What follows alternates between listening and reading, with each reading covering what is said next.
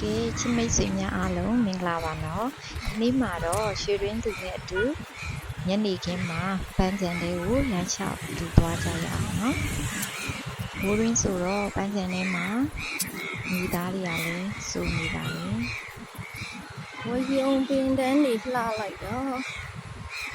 လာလာ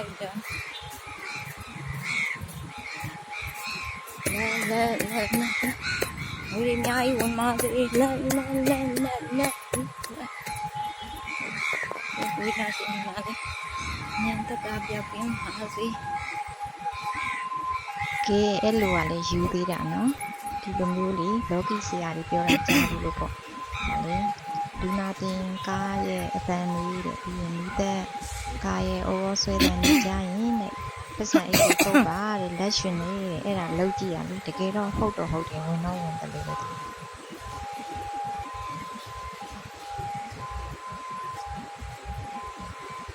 ကဲချောင်းလေးစိုးနေတယ်အိမ်ကထွက်ကန်နေမှာနော်အချိုကြီးနဲ့တောက်ခဲ့လိုက်တာအဲ့ဒါကိုမရအောင်ချောင်းကစိုး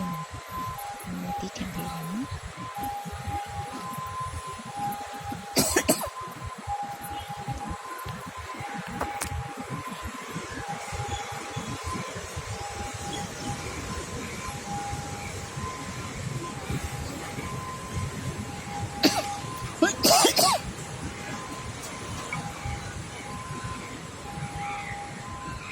ပန်းခြံထဲမှာလေရေကန်လေးရလည်းရှိတယ်ရမ်းตาရတယ်ဒီตาရလိုက်တာလာရဲကွယ်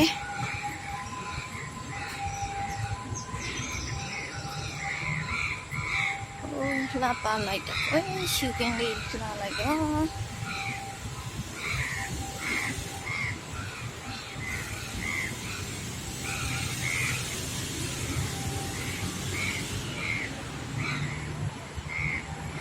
ကိုကဒီလမ်းလျှောက်နေနေကင်မရာကိုကန်ထားတော့နိကင်မရာလို့အရင်ပုတ်နေတယ်ပေါ့နော်ဒီခံပေးပါလို့ပြီးတော့ဒီပန်းခြံထဲမှာဆိုအတွေးလေးတွေလည်းရှိတယ်ကိုကလည်းပြီးတဲ့အတိုင်းမြင်နိုင်မှာဆိုတိတ်မမြင်ဘူးပေါ့လေနားမီရောမှတွေ့လိုက်လို့ကင်မရာကိုတစ်ခက်ပြိတ်လိုက်ရတယ်အားလို့လဲဆိုတော့ဒီလိုလေးတွေမိဘတွေမြင်သွားလို့ရှိရင်အကြမ်းစုခံကြည့်နေပြီးတော့တကယ်ဖြစ်တယ်ဆိုတော့မြင်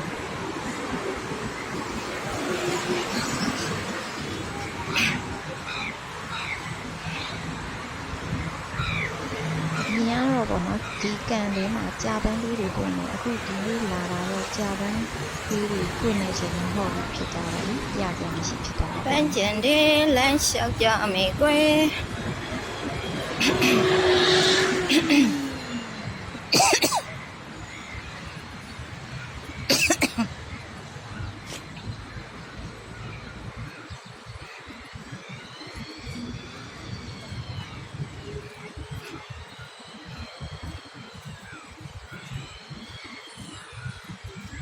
ဒါတော့လေ့ကျင့်ခန်းလုပ်တဲ့နေရာနာကိုရောက်ပြီပေါ့နော်အလေနေရာလေးပေါ့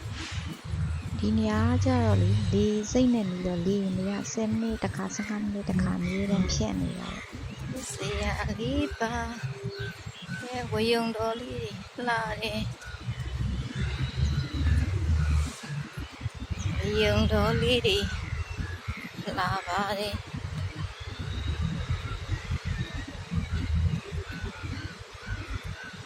မလာတာမတာယာမတာယာပဲ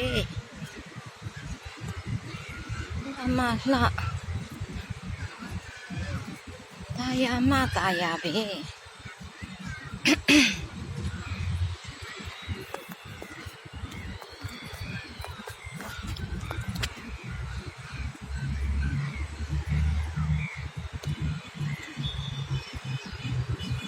လာဒီမှာ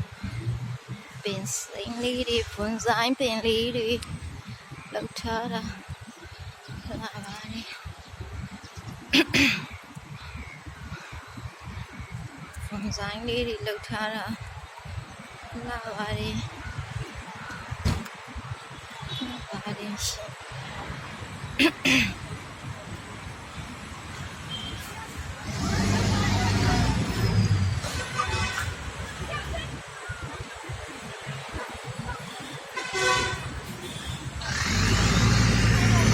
ကုန်းရဲ့မြို့ပြလူနေမှုစနစ်ကတော့လေမောင်ချက်မှုကိုခံစားရတော့နော်အကြောင်းလို့ပန်းချင်လေးတွေလည်းတဝဝရှူတယ်လေ့ကျင့်ရေးလုပ်ကြတယ်တားစုတွေပြင်းရကန်လေးပါလို့မှာဆိုလို့ရှိရင်တားစုတွေပစ်ကနစ်ပုံစံမျိုးတွေထွက်ကြတယ်ဒီလိုအပန်းဖြေကြရတာပေါ့ပန်းချင်လေတပတ်ပတ်မိဖို့အတွက်ဆိုရင်10မိနစ်လောက်တော့ရှောက်ရတယ်ပေါ့အတွင်းမှာလမ်းကြားလေးလည်းထပ်လောက်ထားတယ်ပြီးရင်ဝေယုံတိုင်းလမ်းလေးနဲ့အရန်တာရပါတယ်ပြင်မှာလက်တွေ့ရှောက်လို့ဆိုရင်တော့ပို့ပြီးတော့ဒီအချင်းမှုစိတ်ချမ်းသာမှုပို့ရရှိခံစားရပါတယ်ဘက်ကတွင်းထဲကမြင်ရတဲ့ရှုခင်းပါတဲ့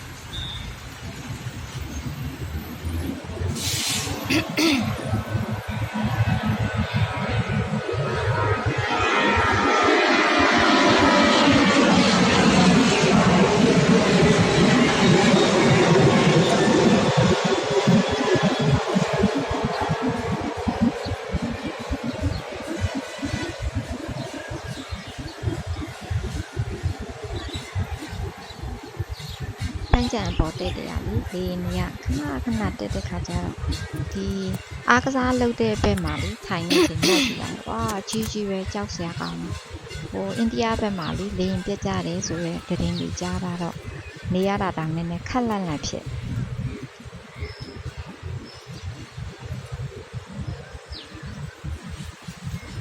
လေးတွေမမပါရဲ့ဆိုတော့ဝန်ပါပါဒီမှာဟိုတန်းစင်လေးမှာနေမယ်နော်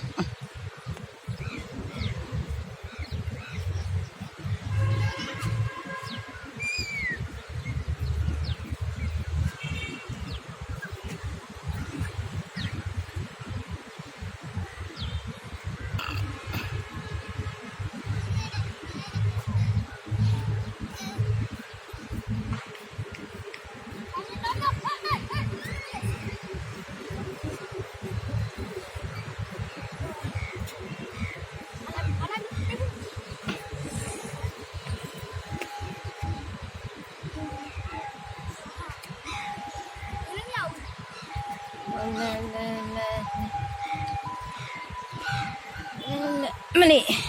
ဟာဒီရရရှင်း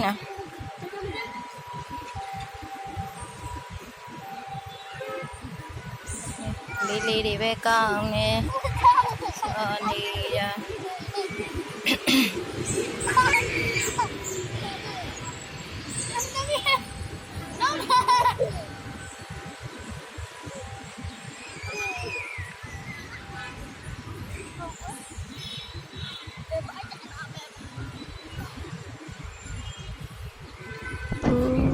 ပင်ကင်းနဲ့ကလေးလေးဘဝကို